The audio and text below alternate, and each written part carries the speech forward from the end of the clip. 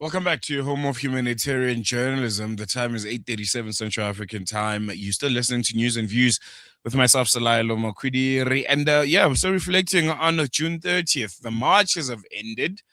The crowds have dispersed, but the debate, I think we can all agree, is only beginning. Yesterday's nationwide demonstrations against illegal immigration brought thousands of South Africans onto the streets. And while many of the protests remained relatively peaceful, they also exposed deep frustrations over border security, unemployment, crime, and what many believe is government's failure to enforce its own immigration laws.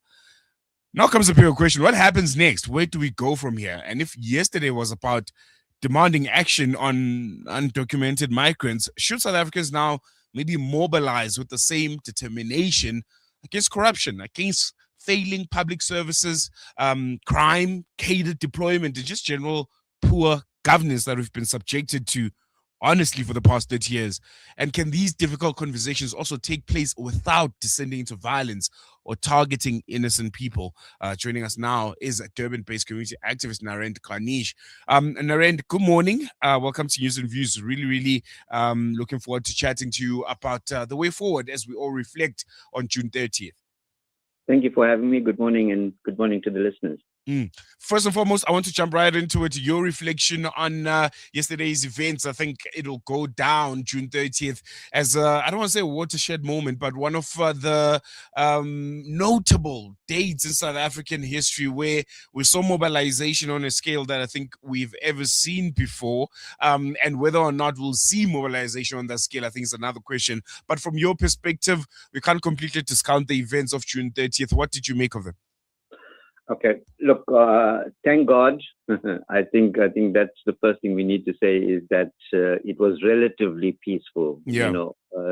All things considered, because there was so much of hype leading up to the 30th of June that it might degenerate into violence and chaos and mayhem and stuff like that. So I think it is important for us to accept the fact that it was a good march. It was a peaceful march in many respects. So that helps. But here's my take.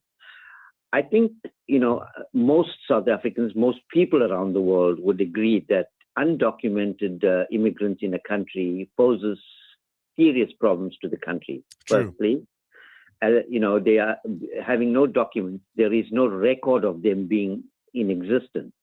And that's a serious problem in the event of death or in the event of a crime being committed, etc., etc. Secondly, it impinges upon the country's resources. For example, if they need housing, they need electricity, they need water, and then they are doing it at the expense of the tax-paying citizen of that country. So in that aspect, I would fully support all undocumented immigrants to be removed from the country or deported to their home countries.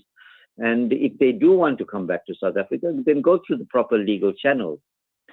Having said that, the situation that came about on the 30th of June, and that was yesterday, was not just a result of a few months of activity or illegal immigrants in the country. It started right back to the Mandela administration, where our porous borders allowed immigrants to just literally walk into South Africa. And then subsequent to that, our Home Affairs Department or ministry did not take good control of managing foreign immigrants or foreign nationals. So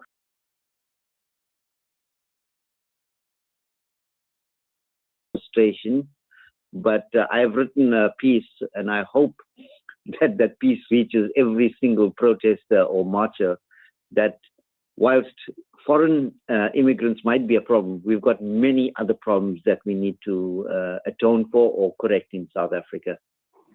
Very, very true. And I think, at least for me, what is essential to this conversation is the fact that many South Africans who marched or who are in support of organizations like March in March, Operation Tutula, and the likes, they were saying, because I was there, I was in the Transvaal CBD covering the march. And when you speak to them, they say, well, they're tired of being labeled xenophobic when illegal migrants are not condemned for breaking the law of South Africa. And I think that's when the frustration started to build up for a lot of people that South Africans are the only ones that are being condemned, and illegal immigration as a crime on a very, very big scale. I think if you can look at the numbers, you are in Durban. I'm Yeah. sure the scenes that you saw out in Sherwood, and subsequently when they were relocated, even here in Johannesburg at various embassies. That's a crime on a very, very large scale, and that's not being condemned. Is there a way to have a meeting point where this conversation culminates somewhere, and both parties are held accountable and responsible for their actions, but also are served solutions? Yeah, look, I've also visited some of the transit camps here, the two transit camps in Durban, where mainly Malawian citizens were housed or kept. Um, I will agree on this point that sometimes there's a very fine line between xenophobia and doing the right thing. Uh, Obviously, when you want to get a group of people out of a particular place, especially in terms of countries, the term or the term xenophobia comes into operation.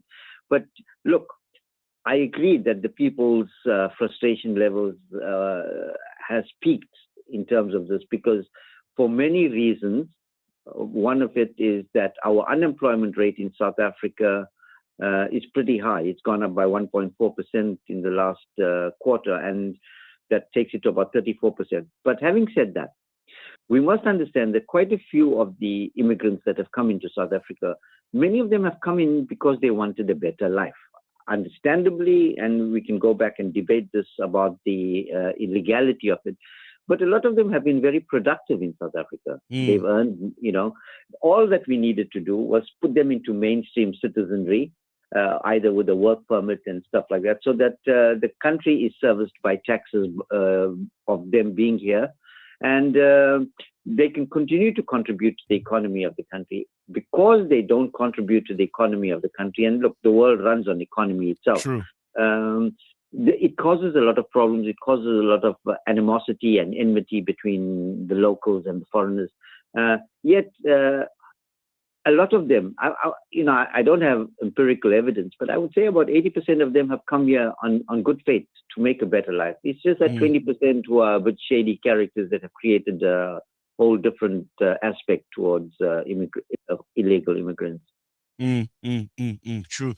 You spoke about your piece, and I took a look at it. I read it, and there's a suggestion that you made that South Africans should now protest against corruption, the failing municipalities that we're all subjected to, and just general poor governance. Do you think yesterday's movement has the potential to evolve into that, a broader accountability campaign, and are those responsible for it wanted to morph into that? Look, it's important. If we look at the degeneration of South Africa in the last decade, our government, and we can be as critical as we want, the reality is on the ground. Many people are still mired in poverty. Unemployment is on the rise. Corruption is on the increase. I mean, the Bedlanga Commission has revealed the rot that existed in South Africa and at the level that it had.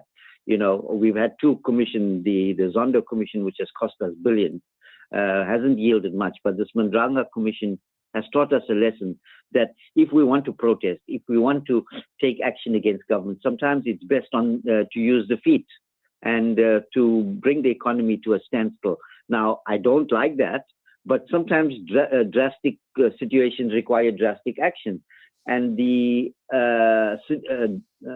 situations that I've described in that little piece I've written, they are directly affecting the lives of South Africans. They make South Africa sometimes the pariah state in Africa. And to think about it, there was a time when South Africa was the breadbasket of Africa, and look at where we are today. We are struggling. I mean, the rich are getting richer and the poor are getting poorer. We cannot have an economy that does not give the opportunity to a rising middle class. That's how the world works in a capitalist country, and we are a capitalist country. But opportunities are getting rare. The people believe there's a sense of entitlement with some people, which should not be the case, because we are South Africans now. We live in a constitutional democracy, which should give every citizen a fair chance at life. Mm. If you don't make good on it, that's not the problem of anybody else but yourself. So, yes, we've got other problems that we need to look at. And I hope the people who have started this march will encourage other people. And I don't want to make this into a racial thing, but it was predominantly black citizens of the country who were marching, right? Mm. But with the problems that I've described, we want every citizen of every color, every religion, every race, creed to march and tell the government, look, change, change. If you don't change, people are going to rise up. Look at the Arab Spring. True. People didn't like the situation, and what they did, they stood up and they rose as one, and change came about. So, we're looking sometimes at the barrel of a gun, but the realities are there, And lastly, before I let you go, what do you think, the message should be now for the rest of the African continent, or maybe let me even bring it closer to the SADC region, the leaders of some of our neighboring countries when they see such actions? You mentioned the Arab Spring, and I think one thing about it was how one moment essentially sparked, a whole movement across the Middle East. Just looking at SADC, do you think maybe for the leaders of countries like Zimbabwe, like Malawi, like Mozambique, who have, there are people flocking into South Africa because, as you mentioned, we used to be the bread and basket of the continent. Should this be a wake-up call for them to say, hey, things are not as they used to be. It is different now, and changes need to be made? Yeah, you're absolutely right. Look, the times have changed. Technology has changed the world. The internet has changed the world. So there's got to be a very responsible angle taken by leaders of the SADC region. More especially, look, the world is a migratory village. Mm. People are moving from one country to the other for employment, better employment, seeking opportunities and stuff. So we've got to accept that that's the new wave. That's the new paradigm that has come about. So the leaders of these SADC countries, and probably President Ramaphosa should take the lead in this respect and call them to a summit and say, look, we don't want to make this into a xenophobic problem. Of course, there's going to be people wanting to move from between our countries. Let's work out ways in which we can legally do this so that we don't offend the very people of our country, yet giving them a chance to bond with South Africa, because we are neighbors. Like it's like living next door to someone with a house. Your neighbors, you want to coexist. And sometimes we need to borrow milk from the neighbor. Why shouldn't we? So, coming down to a micro level, yes, I think it is very, very important that the SADC region leaders get together and talk about this, because if it's not dealt with at that level, bureaucratic level, it's going to spill out onto the streets, and, we don't want bloodshed. We certainly don't. Narendh, Ganesh, Durban-based community activist, thank you so much for joining us this morning. I really appreciate your time. Thank you, sir. Thank you. And good morning to the listeners. There we go. Yeah, I think very, very important points there. I think one thing that yesterday's marches, at least show or have revealed is that they could have ended relatively peacefully in many parts of the country, but the issues they highlighted remain unresolved. The challenge now for you and I as South Africans is whether, first and foremost, if this illegal immigration issue is resolved, what is next? What is next? Do we take this momentum and have it spurred further to other issues, service delivery, leadership, corruption? It would be interesting if we did that. Going to take a quick break. We'll be with you right after this.